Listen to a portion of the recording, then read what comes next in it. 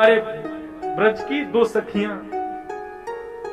यमुना जल भरने गई तो दोनों सत्संग करती थी आपस में। दोनों आपस में कहे, बोले भैया हमने कन्हैया की कथा तो बहुत सुनी लेकिन कन्हैया कभी देखे नहीं है। दूसरी बोली, अरे कन्हैया पता कहां रहे? बोले कहां रहे? वो संतन के पास रहे कन्हैया।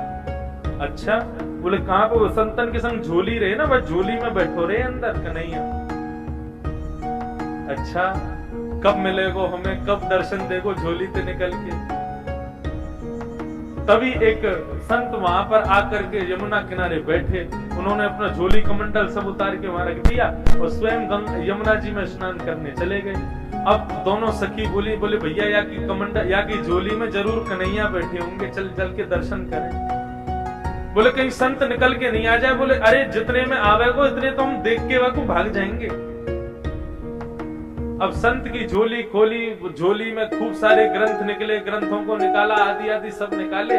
नन्हे से डिब्बे में डिब्बा खोल करके देखा, डिब्बे में से कपड़ा हटाया तो लड्डू गोपाल उसमें विराजमान।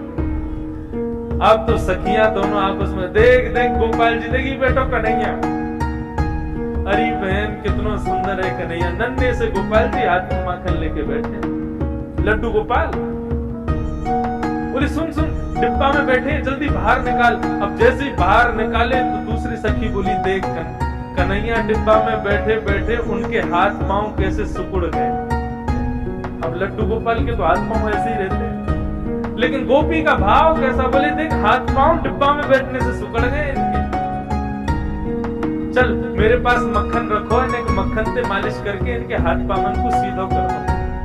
अब तो मक्खन से जैसे ही मालिश करनी शुरू करी, करते करते करते करते लड्डू गोपाल भगवान खड़े हो, पैर भी सीधे हो गए, हाथ भी सीधे हो गए, कन्हैया खड़े हो गए। जैसे ही खड़े हुए इतने में संत आए और संत जैसे ही आए तुरंत कन्हैया को रख करके डिब्बे में भागी वहां से।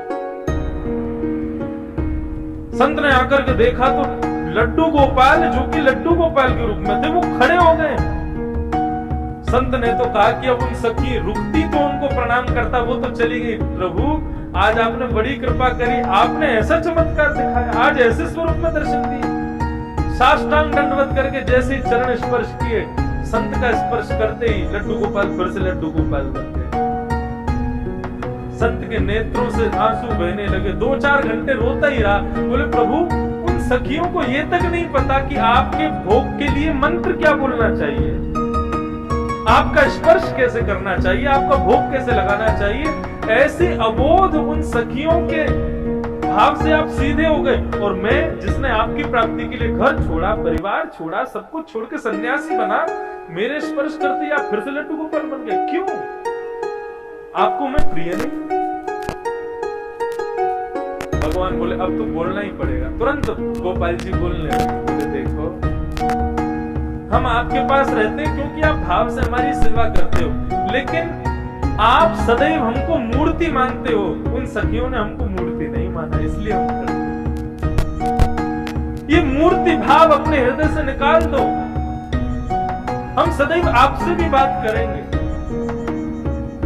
भागवत में आदि ग्रंथों में कितनी जगह कहा गया है कि अपने घर में अविराजित अपने लड्डू गोपाल को कभी मूर्ति नहीं समझना चाहिए, वो साक्षात ठाकुर, साक्षात